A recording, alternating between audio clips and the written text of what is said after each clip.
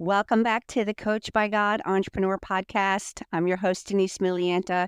Today's pillar is life, and we're going to dive right into a topic that I think is going to resonate with most of you.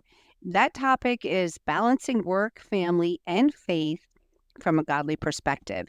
Even if you are working a 9 to 5 while building a business, I think this episode is going to help you. As Christian entrepreneurs, we often find ourselves juggling multiple responsibilities.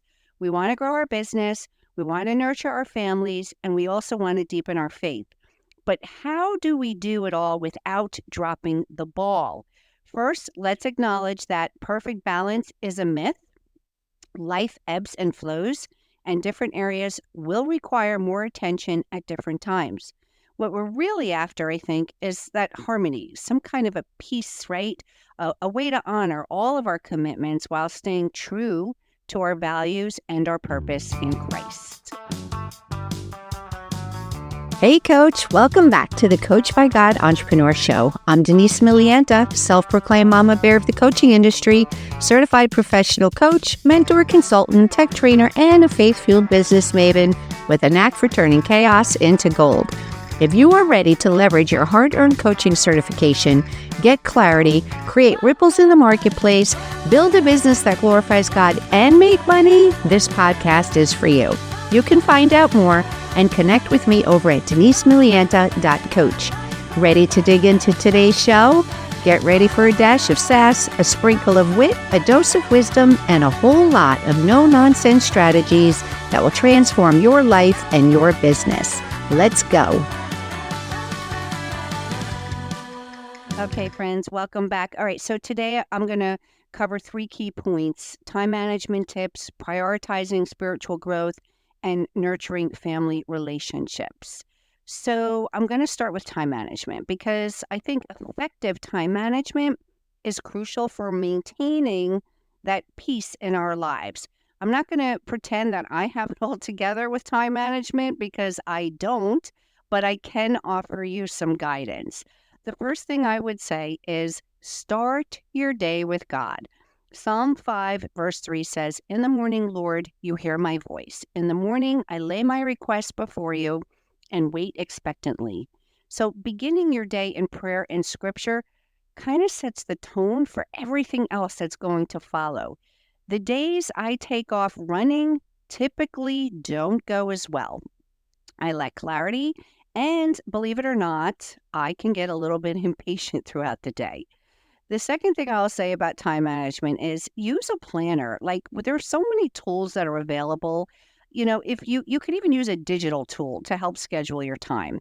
Include all the things, the work tasks, family time, your personal devotional time, because this is what's going to give you a clear picture of your commitments and is going to help prevent that overextension. It also gives you that bird's eye glance at how much you can actually accomplish. Now, most of you know that I have a high profile position that I still work. I actually love my job and I don't plan on giving it up anytime soon.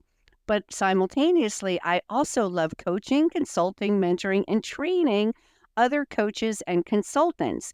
I've learned to do both effectively and without stress. Now, with that being said, I often spend a lot of time on team meetings, and I have learned, and I'm quite surprised by how much I can actually get done in 3 minutes or less.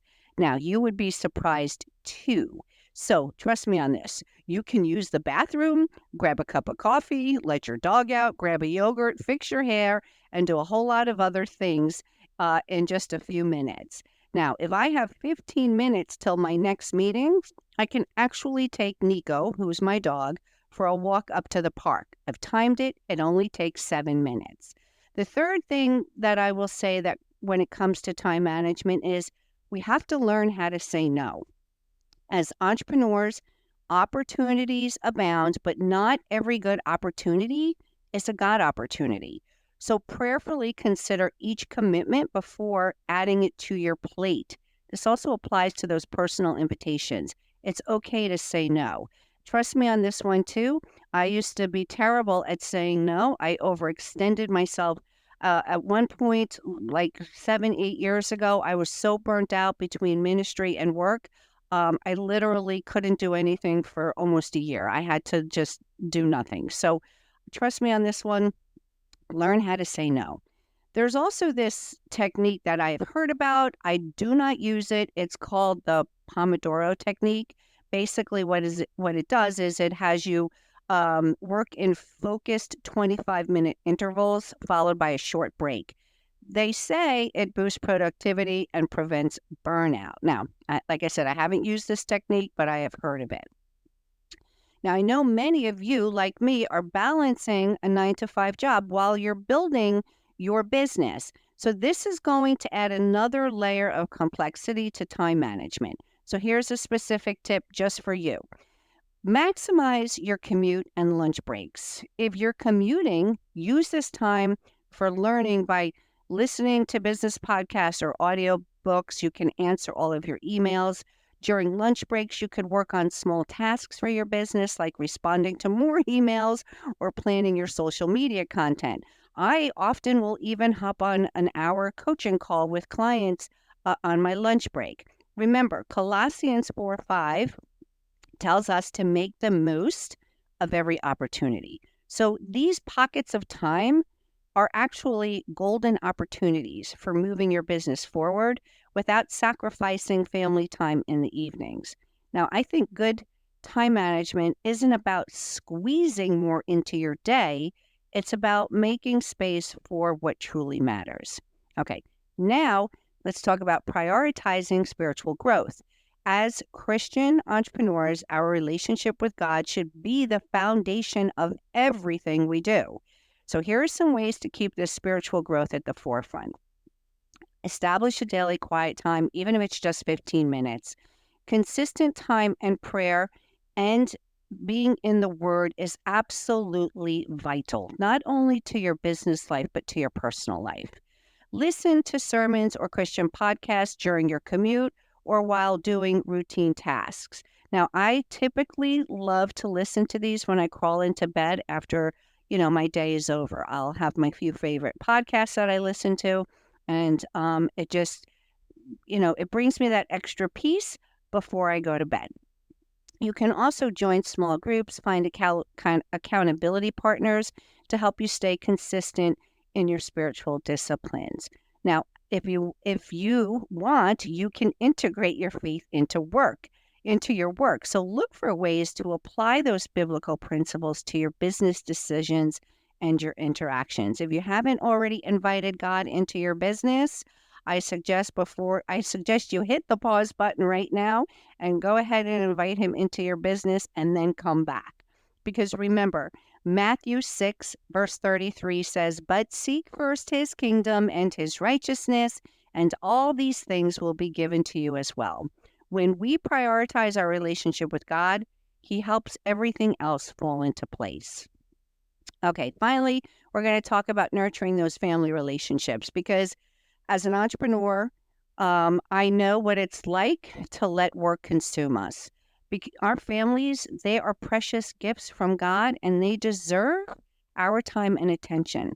I have often regretted how consumed I was when Madison was younger. Even though I was present for all the things, at times when I was physically at home, I was not emotionally with her. I do regret those times. So I prioritized work and ministry, but then God stopped me in my tracks. So do not be like me. Okay, here are some strategies to nurture these vital relationships. Schedule your regular family time, whether it's family dinners, game nights, weekend outings. It helps to make this a non-negotiable. Be fully present because when you're with your family, you want to be with your family. This is the time to put away the phone and your computer. Don't spend time, with your family scrolling on your phone. Give them your undivided attention. And when you can, involve your family in your work if it's appropriate. This can help them understand your passion and might even help them feel connected to what you do. Also, I would say communicate openly about your schedule and your challenges. This is going to help manage those expectations and will allow your family to support you. Now, I'm single, but if you're married, remember to date your spouse because a strong marriage is the backbone of a strong family. Ephesians 5, verses 15 through 16 reminds us, be very careful then how you live, not as unwise, but as wise, making the most of every opportunity. Let's make the most of the opportunities we have with our families. Now, before we wrap it up, I'm going to give you this week's One Thing Challenge. I challenge you to implement a daily alignment check. And here's how this is going to work. Set 3 alarms on your phone, 1 in the morning, 1 at midday, and 1 in the evening. When each alarm goes off, take a moment, even if it's just 60 seconds, to ask yourself these 3 questions. For work, am I being productive and purposeful in my work right now?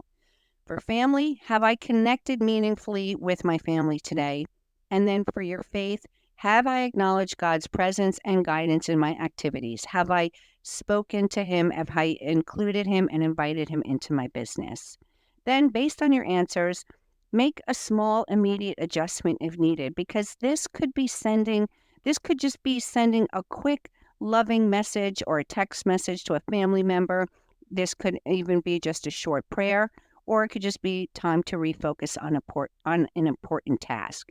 The purpose of the challenge is to create regular checkpoints throughout your day to ensure that you're staying aligned with your priorities in all 3 areas: work, family, and faith. At the end of the week, reflect on this process. How did these regular check-ins impact your balance? Did you notice any patterns when you felt out of alignment? And how did small, immediate adjustments affect your overall sense of harmony and or peace? Now, Lamentations 3, verse 40 encourages us to examine our ways and test them and let us return to the Lord. This challenge is a practical way to do just that multiple times a day.